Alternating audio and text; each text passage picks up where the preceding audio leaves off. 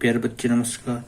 NCERT class 12th physics में आप सभी का स्वागत है आज के हमारे नए टॉपिक के साथ। और आज का हमारा नया टॉपिक है विभव मापी क्या है, विभव मापी का सिद्धांत, संरचना तथा उपयोग लिखिए।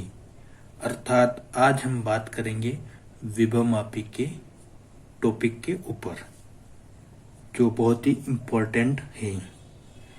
और साथ में बात करेंगे विभव मापी का सिद्धांत, संरचना एवं इसके उपयोग। तो टॉपिक शुरू करने से पहले मैं आप लोगों को बताना चाहता हूं कि आप हमारे चैनल को सब्सक्राइब जरूर करें और बेल आइकॉन को भी प्रेस करें, क्योंकि जब भी हम कोई नया वीडियो अपलोड करेंगे तो उसका नोटिफिकेशन तुरंत सबसे पहले आपको मिल सके। साथ ही आप वीडियो को लाइक, कमेंट और शेयर जरूर करें। तो हम चलते हैं टॉपिक की ओर, विभव मापी। तो सबसे पहले हम ये देखेंगे कि विभव मापी होता क्या है। तो विभव मापी क्या एक उपकरण होता है और हम विभव मापी की सहायता से किसी भी सेल का विद्युत वाहक बल ज्ञात कर सकते हैं, या विभव मापी की सहायता से हम किसी परिपथ में किन्हीं दो बिंदुओं के बीच विभवांतर ज्ञात करने के लिए भी हम विभव मापी का उपयोग करते हैं। तो ये था हमारा विभव मापी। इसकी जो लैंग्वेज है बहुत ही सिंपल है, जैसा हमने अभी रिप्रेजेंट किया है वैसे हम लिखेंगे। तो देखिए हमने यहाँ पर लिखा है कि विभव मापी। विभव मापी एक ऐसा उपकरण है, ठीक है। विभव मापी क्या एक ऐसा उपकरण है जिसकी सहायता से किसी सेल का विद्युत वाहक बल, ठीक है, विभव मापी की सहायता से किसी सेल का विद्युत वाहक बल या परिपथ में स्थित किसी दो बिंदुओं के बीच विभवांतर ज्ञात किया जा सकता है विभव मापी की सहायता से। तो ये था विभव मापी की डेफिनेशन। अब हम बात करेंगे विभव मापी की संरचना। तो इससे पहले हम देखते हैं कि विभव मापी का चित्र किस प्रकार बनता है। तो ये है हमारा विभव मापी का चित्र, जो बहुत ही सिंपल तरीके से बनाया गया है। इस चित्र के अंदर ये एक लकड़ी का तख्ता होता है, ठीक है, और इस पर एक पैमाना लगा हुआ है या एक स्केल लगा हुआ है, और ये A और B ये तार जो लगे हुए हैं 1-1 मीटर लंबे तार होते हैं, और ये जो तार है ये श्रेणी क्रम में जुड़े हुए हैं। यहाँ पर तार के A सिरे पर एक संयोजक पेंच और तार के B सिरे पर भी एक संयोजक पेंच लगा रखा है। ये P एक पित्तल का तार होता है, इसके ऊपर जो कि लगा हुआ है, जिस पर अनेक बटन दिखाई दे रहे हैं। तो हम किसी भी तार का संबंध इन बटन के द्वारा, जो कि J के साथ, हम कर सकते हैं। जहाँ पर भी ये जो कि स्टॉप होगा वहाँ से हम इस पैमाने के माध्यम से हम रीडिंग नोट कर लेंगे। तो इस प्रकार ये हमारे पास विभव मापी का एक सिंपल सा चित्र है। अब हम इसको लिखने का कोशिश करेंगे। इसकी लैंग्वेज जो है बहुत ही सिंपल है, जैसा चित्र में दिखाया गया है सेम हमको वैसा ही लिखना है। तो देखिए चित्र अनुसार इसमें लकड़ी का एक तख्ता होता है। तो देखिए चित्र में ये आप जो दिख रहे हैं ये एक लकड़ी का एक तख्ता है, जिसके ऊपर 1-1 मीटर लंबे तार जो मैग्नीन के बने होते हैं। अब इस लकड़ी के तख्ते के ऊपर 1-1 मीटर के तार लगे हुए होते हैं, ठीक है। और ये जो तार जिस धातु के बने होते हैं वह धातु है मैग्नीन की, अर्थात ये तार मैग्नीन पदार्थ के बने होते हैं। तो हमने देखा लकड़ी का एक तख्ता होता है जिसके ऊपर 1-1 मीटर के लंबे तार जो मैग्नीन के बने होते हैं। आगे लिखा है जो एक दूसरे के समांतर लगे होते हैं।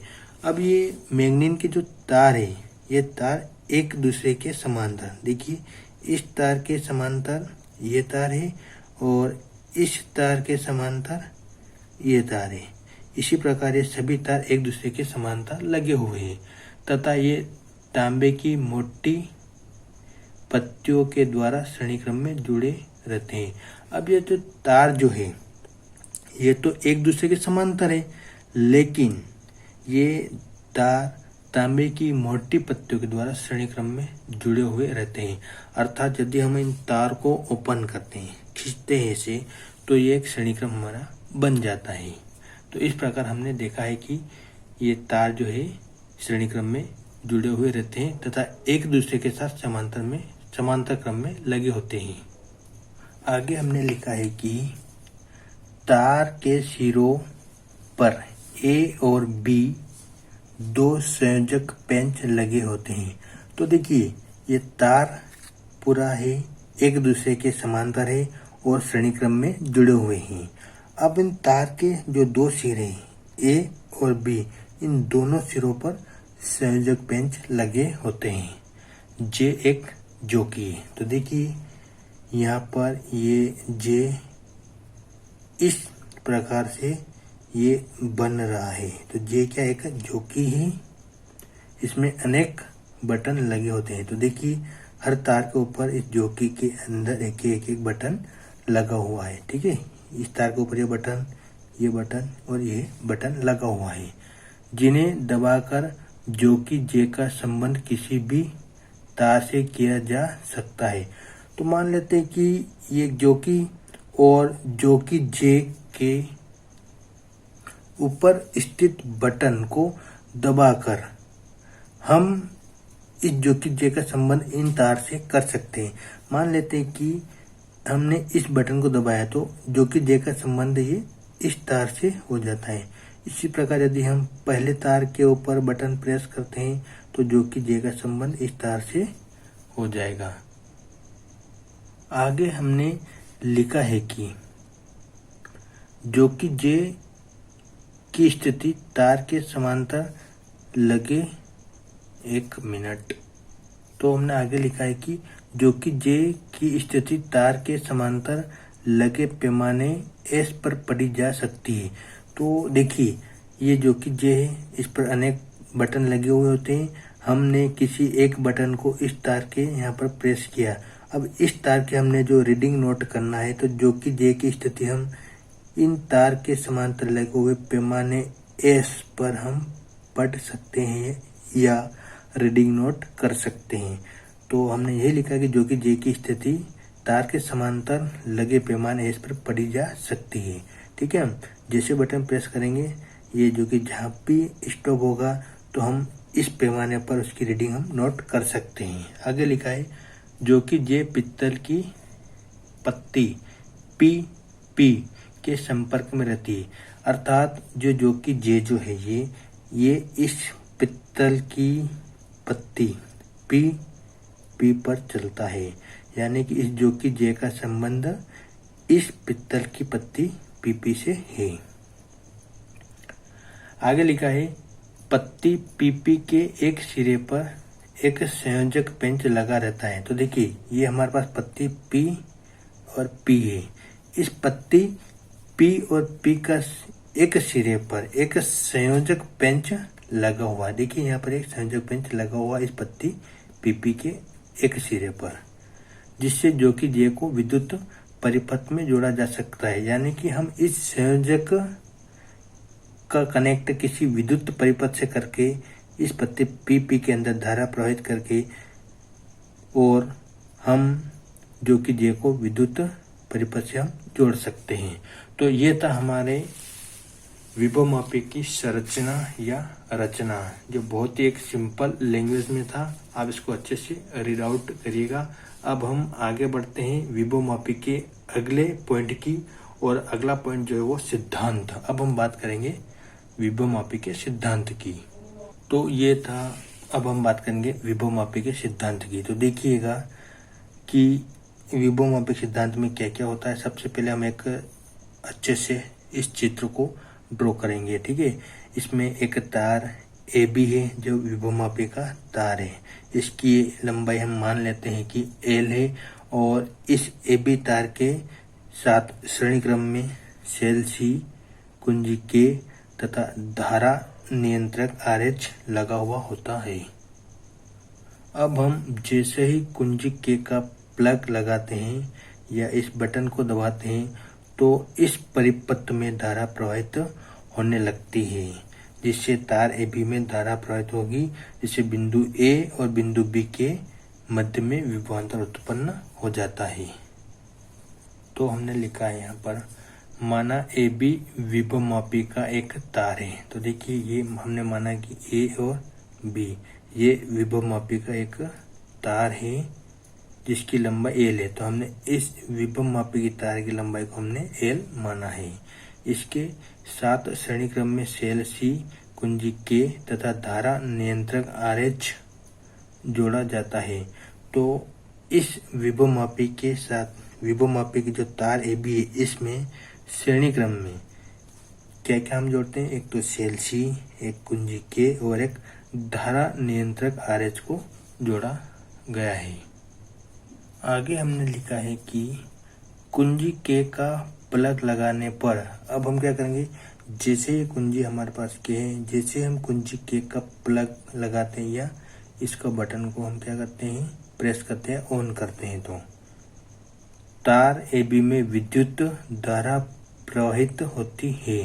तो प्लग लगाएंगे तो इस सेल C के कारण इस विभवमापी का जो तार AB है इसके अंदर धारा प्रवाहित होने लगती है, जिससे तार AB के सिरे A तथा B के बीच विभवांतर उत्पन्न हो जाता है।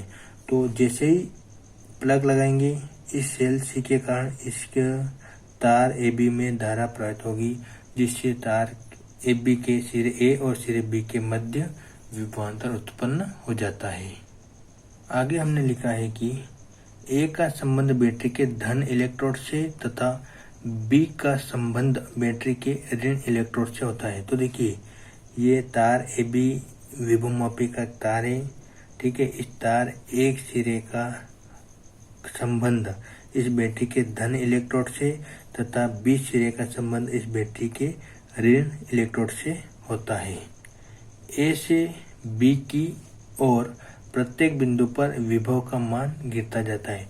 और इस विभवमापी में क्या होता है कि सबसे बड़ी बात जो विभव का पतन होता है वो A से B की ओर, जैसे जैसे धारा इस विभवमापी तार के अंदर प्रवाहित होगी तो विभवांतर उत्पन्न होगा, और विभवांतर उत्पन्न होने के कारण बिंदु A से बिंदु B की ओर जैसे हम चलेंगे या धारा प्रवाहित होगी तो विभव का पतन होता है या विभव का मान गिरता जाता है। यानी कि बिंदु A पर विभव का मान सर्वाधिक होगा और बिंदु B पर विभव का मान सबसे न्यूनतम होगा। तो इस प्रकार से हमने ये देखा था विभवमापी का सिद्धांत, जो बहुत ही सिंपल लैंग्वेज में है। आप इसको अच्छे से रीड आउट करिएगा। हम बात करेंगे विभवमापी के नए पॉइंट की ओर, और हमारा विभवमापी का जो नया पॉइंट है वो उपयोग, यानी कि अब हम बात करेंगे विभवमापी के उपयोग की, यानी कि विभवमापी का उपयोग हम कहाँ कहाँ और कैसे और किस प्रकार से कर सकते हैं। तो देखिए उपयोग, और उपयोग में पहला पॉइंट है दो सेलों के विद्युत वाहक बलों की तुलना करना। यानी कि हम विभवमापी का उपयोग दो सेलों के बीच विद्युत वाहक बलों की तुलना करने के लिए विभवमापी का उपयोग किया जाता है। नंबर 2 है प्राथमिक सेलों का आंतरिक प्रतिरोध ज्ञात करना। यानी कि विभवमापी की सहायता से हम प्राथमिक सेलों के अंदर आंतरिक प्रतिरोध का मान भी ज्ञात कर सकते हैं। नंबर 3 है दो प्रतिरोधों की तुलना करना, अर्थात विभवमापी की सहायता से हम दो प्रतिरोध की तुलना भी कर सकते हैं। इसका उपयोग भी हम विभवमापी का दो प्रतिरोध की तुलना करने में किया जाता है। नंबर 4 है ताप विद्युत वाहक बलों का मान ज्ञात करना, अर्थात हम विभवमापी का उपयोग ताप और विद्युत वाहक बलों के मान ज्ञात करने में भी उपयोग किया जाता है। तो इस प्रकार से हमने आज विभवमापी के बारे में देखा और पढ़ा और अच्छे से इसको समझा है कि विभवमापी क्या होता है, विभवमापी की संरचना कैसी होती है, इसका सिद्धांत क्या और विभवमापी के उपयोग किस प्रकार से किया जाता है। इसके साथ ही हमारा ये विभवमापी का टॉपिक समाप्त होता है और हम यहाँ बात करते हैं एक छोटी सी डेफिनेशन की, जो वो है विभव प्रवणता। यानी कि हम विभवमापी के साथ साथ विभव प्रवणता को भी पढ़ने की कोशिश करेंगे। तो बात करते हैं विभव प्रवणता कि विभव प्रवणता होती क्या है। तो देखिए, प्रवणता का मतलब होता है कि जस्ट अभी हमने विभवमापी में पढ़ा था कि एक तार AB है जो विभवमापी का होता है। वह हम जैसे प्लग ऑन करते हैं या उसके तार AB में धारा प्रवाहित होती है तो बिंदु A और बिंदु B के बीच में विभवांतर उत्पन्न हो जाता है। लेकिन हमने वहां पर एक चीज और भी देखा था कि बिंदु A से बिंदु B की ओर जैसे हम जाते हैं तो वहां पर विभव का मान लगातार कम होता जाता है, अर्थात बिंदु A से बिंदु B की ओर विभव पतन होता है और इसी पतन को हम विभव प्रवणता कहते हैं। तो देखिए, विभव प्रवणता विभवमापी के तार पर प्रति एकांक लंबाई पर विभव में होने वाले पतन को विभव प्रवणता कहते हैं। तो देखिए, बहुत सिंपल लैंग्वेज में लिखा गया है कि विभवमापी का जो तार था, अभी हमने विभवमापी में पढ़ा था, उसके तार AB में प्रति एकांक लंबाई यानी कि A से B की ओर जाने में प्रति एकांक लंबाई पर